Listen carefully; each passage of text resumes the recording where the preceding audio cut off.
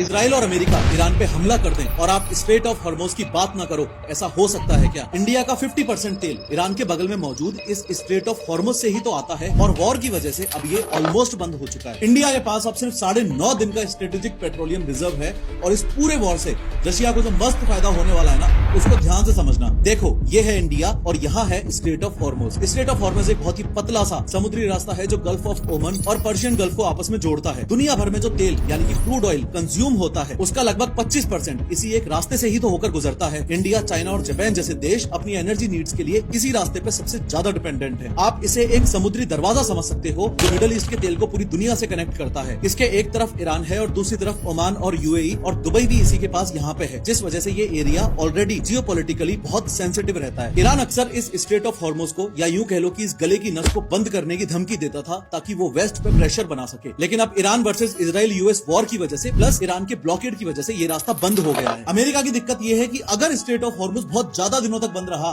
तो इंडिया और China Russia से और ज्यादा तेल खरीदेंगे और ट्रंप का दुश्मन पुतिन बिना कुछ किए ऑटोमेटिकली दुनिया का सबसे पावरफुल ऑयल सेलर बन जाएगा। यही जियोपॉलिटिक्स है। ईरान का खुद का तेल भी हॉर्मोज से जाता है, तो हॉर्मोज बंद करना उनके लिए सेल्फ डिस्ट्रक्शन था, इसलिए कभी फुली क्लोज नहीं किया था। लेकिन अब चूंकि अमेरिका ने उनका सुप्रीम लीडर खामेनेई ही मार दिया, तो ईरान के पास अब खोने के लिए कुछ भी नहीं बचता। यही फैक्ट इस पूरे वॉर को और ज्यादा डेंजरस बनाता है।